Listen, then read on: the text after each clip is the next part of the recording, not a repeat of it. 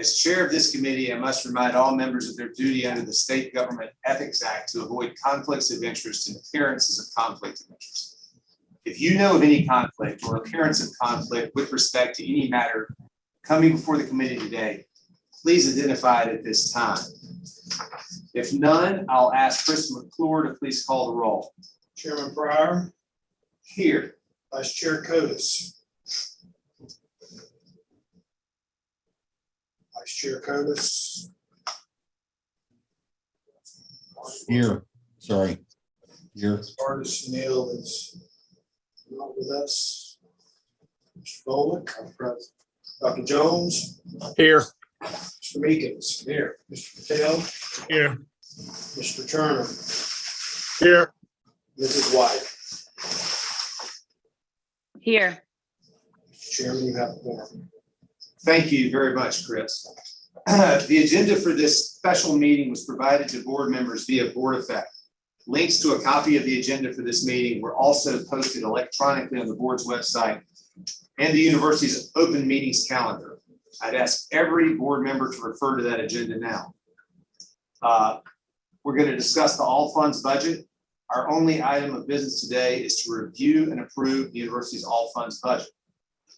Vice Chancellor Knuffman is here to present this item. Mr. Knuffman, anything you'd like to add? No, thank you. We're all good. I think everybody's familiar with everything that we've been working on for the budget for the past couple of weeks. I am supportive. So if I can get a motion to approve the all funds budget. So moved. We're going to have Nate kind of deal with Oh, did you want to go through it?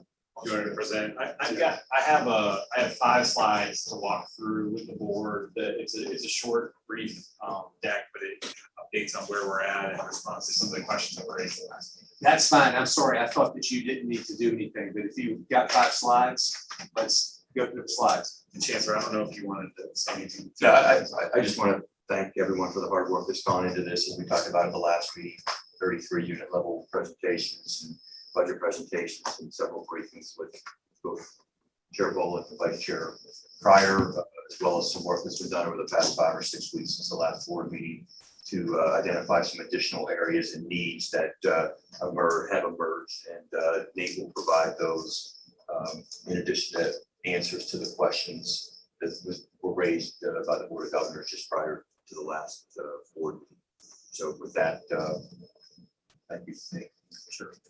So again, a very short deck to walk through responses to many of the questions that have been raised. So first, wanted to start big picture. What does this budget do? We're proud of the work. I think it is fiscally sound. It's balanced. It does. We worked hard to try to align the resources available towards our top priorities, those being investing in our workforce needs listed kind of there, regional economic development, faculty and staff retention, research enterprise. This continues to represent, I think this work represents a big step forward in transparency. We for the first time, we published an actual book this past year on what the budget looked like. So you can look at by unit on campus in this template, all of the information, financial information on revenue and expense by individual unit. And we'll continue to update and build on, I think, what's been a lot of good work to really promote transparency. Have some contingency, just good fiscal planning. And lastly, we believe we're in position to answer the Board of Trustee and Board of Governor questions that have been raised. And I think this really the work reflects a lot of collaboration and deliberation. So wanted to go through, I think Chair Bolick raised several of these questions at our last meeting, and we wanted to outline. These are questions from the Board of Governors to boards of trustees, excuse me, really to help guide and to be asked as part of the all funds budget process. So first, how does the budget promote higher rates of on-time graduation, lower student debt? We know UNC-Chapel Hill is all about affordability. There is no undergraduate resident tuition in this budget. There's no student fee increases. And really, you see we're leveraging technology and summer school more to promote on-time graduation. So I think a lot of good news on that first question. Second, what strategic investments is the university making to achieve the strategic plan and university goals? I think really the major motivating force for budgeting this unit is to make sure we're aligning our resources toward our top priorities. We elevated 3 of the strategic plan priorities. Remember the 8? We've elevated 3. You see 3 of the 4 listed right there. And unlike previous years, we explicitly linked those priorities to the budget process, to resources. So we had much better or sound alignment there. The third question, does the budget reflect any decisions to stop or scale back underperforming programs activities? I'm not sure this is generally a strength area for higher education more generally. I do think this budget does this in instances. You see some restructuring our relationships with certain associated entities. We review certain administrative operations. There is, within the space of leased space management activity, this budget realizes some significant savings and some opportunity there. And it really continues to reallocate resources within units to where there's growing demand. So again, I think there is some good information responses to that question. Fourth question, what pressures are impacting budget allocation decisions? Inflation and enrollment growth. Of course, inflation, you see it on the utilities pressure on the campus, you see it in employment costs. Some of that's moderating. Enrollment growth, of course, more students equals more budget pressure.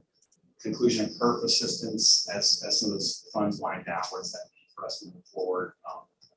Most of that is one-time nature in terms of expense. It's not a huge shift in terms of operations. Investment returns and interest rate environment. The endowment was impacted by investment returns, but that really doesn't have a very big impact on our operations. So operational activity. We are seeing some rates go up that will impact borrowing as we look to the future, but that's really more on the impact of the located borrowing expenses. Are certain units disproportionately impacted by these pressures? Which units are most likely to have trouble?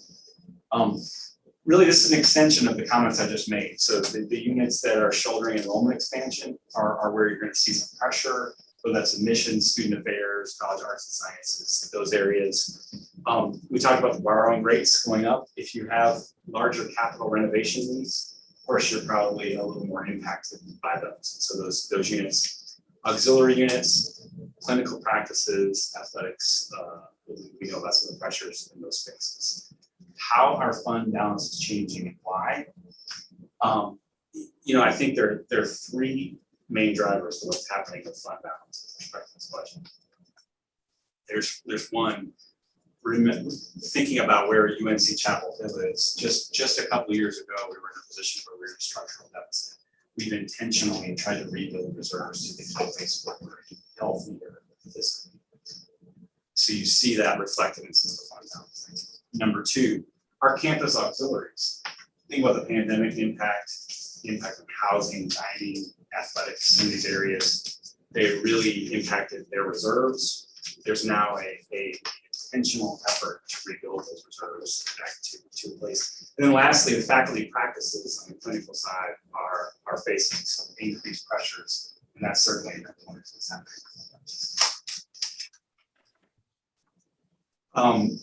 Next slide. There were some questions raised at the last meeting on just financial aid and net tuition and what's happening here.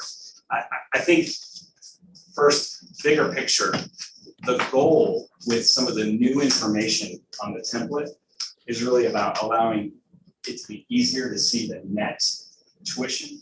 So more information on aid, just making sure we're not double counting dollars. So that was the intent of some of these changes.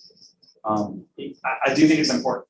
This is the first year that we have this format change on the table. It is over time. There's a lot more detail behind this, and I'd be happy to go through with the board members and to go deeper on exactly some of the components behind how the financial aid calculations are going. Again, I think there's room for improvement on how this is displayed. The slide shows the mechanics within the general fund column. So what you see a portion of aid that's used to pay ourselves essentially. So we're paying, what you see is the discount allowances on tuition and fees. Those discounts allowances, that's when we're essentially handing that to a student, the student's giving it back to the institution. And it's really to cover tuition, housing, dining expenses at the university. There are other aid expenses. So the other part of that expense in scholarship and fellowship, it's not discount allowance. Those are other pieces that cover other costs of attendance that are outside the university, books, off campus, other pieces. So again, it's about trying to provide a little bit more information on financial aid. I think this is going to get refined in the future, but I wanted to kind of go through that in a little bit more detail because there were some questions. There have been some updates from our previous conversation at the March Board of Trustees. And really, this reflects the allocation, primarily reflects the allocation of reserves or funding that were set aside. And now we're allocating individual needs. First, $1 million being allocated to risk management for ongoing lead testing and remediation, and with a plan to supplement as needed forward. $500,000 allocated for additional review of information technology here. UNC-Chapel. As we've gone through and worked with our School of Dentistry and looked more closely, recognized that it would be beneficial to have additional dollars for operational support with the School of Dentistry. And so we see $500,000 allocated to the School of Dentistry. Campus accessibility, we've talked about that pretty frequently. We mentioned it in March about reserves set aside for that project. And we have $5 million now explicitly allocated to the facilities division for this, for campus accessibility. Data science, previously in your board materials, you would see data science revenue at $1.2 million roughly, and there was a gap of about $4.4 million in revenue expense. The plan was to go ahead, if need be, to have to reach into reserves and grab those dollars. Now we've just allocated those reserves to fund data science. And lastly, there's $2 million allocated to the College of Arts and Sciences for the School of Civic Life and Leadership. So just a quick recap. Again, this budget really worked hard to one, remain fiscally responsible, balanced, live within our means, and allocate towards our top priorities. And those are mentioned again, but enabling career development, serving the benefit society. With that, I'm happy to address any questions.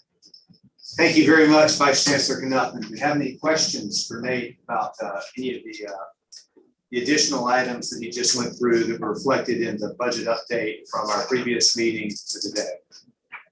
Anything? Trustee Curtis.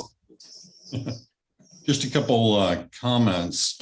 First of all, just want to really acknowledge the hard work that Nate and his team have put into this and the support of the chancellor. It's impressive that we're now going on 7 years of flat tuition. When previously, like when after I graduated, tuition went up in the next 7 years around 230%. So it's impressive to be flat like that for 7 years, and shows the commitment of this administration and the finance team to really serve the students. So I just wanted to acknowledge that. And also, we glossed over it a little bit, but, fixing $100 million structural deficit that, you inherit is a heck of a lift. So just wanted to really point that out as well. Some of the questions that I had in the last go round were answered when we met with Nate, and understood that a lot of the budget model is based on a form and a format that the new BOG model has. And so you're kind of backing into the numbers. So that's why sometimes they don't make perfect sense, because you're taking a number and then you're having to allocate it back in. But I think the goal that we've talked about is moving towards a model that kind of builds out rather than allocating back in. So, but that's not going to be done in 1 year. So we're, that's a project to move forward. And then also understanding that the schools have historically been funded just you get what you got last year, and then you get a plus or minus based on overall, and starting to really take that all funds budget down into a school level and build it up from there and look at ways to incentivize and consider this, less of the tax and subsidy, but really look at how we want to drive growth. So that's a really big lift, and just wanted to acknowledge those efforts by the administration. And just overall, the transparency and fiscal responsibility is significant. So those were my only comments. We've done had a lot of the discussions before now, and appreciate this extra 30 days to get where we are. I want to thank you, Trustee Cotis. Likewise, we're very appreciative of all the hard work, not just of Nate and his team, but also of the deans and their CFOs and Institute Center directors and of this board that's worked closely with us to be sure that we're aligning this budget to our priorities. And, we've received good news, as we shared back in March, from Moody's, as they have acknowledged while a lot of other institutions are being downgraded right now, we have maintained our AAA bond rating with all three of the agencies. The other two are kind of in motion. In motion.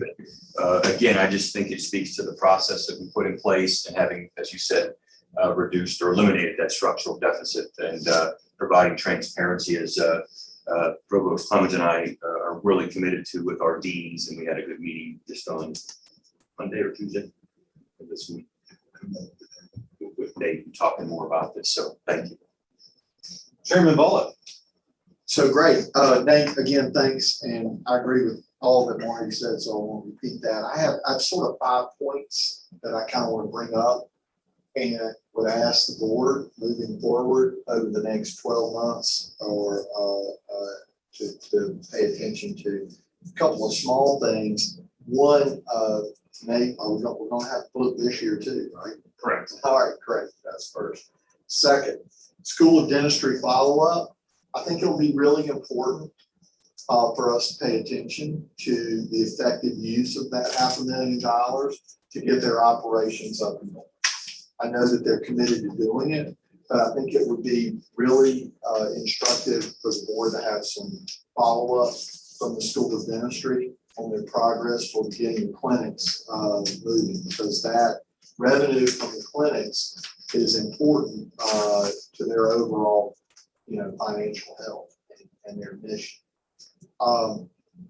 Second, in that same vein, Nate and I had a chance to meet with medical school, and the medical school, when you get to the question of change in fund balance, that's probably where you have the most activity. Is that fair to say, Nate?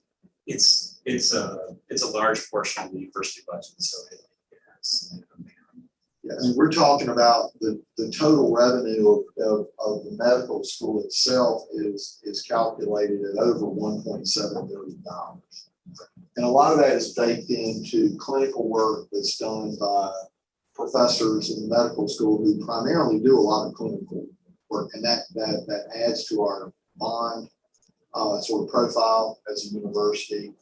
It helps fund the mission of the medical school and to train physicians. But that being said, I do think in the year ahead, we should really strive to continue to take a look at what I believe, and I think others here on this board believe, and I think the chancellor probably shares this too, structural issues between the university and the medical school and UNC hospitals, and how we interact to make sure that we're being as efficient as possible, and that the university is collaborating with UNC Health to give not only our students, but the patients the best possible care and training and care.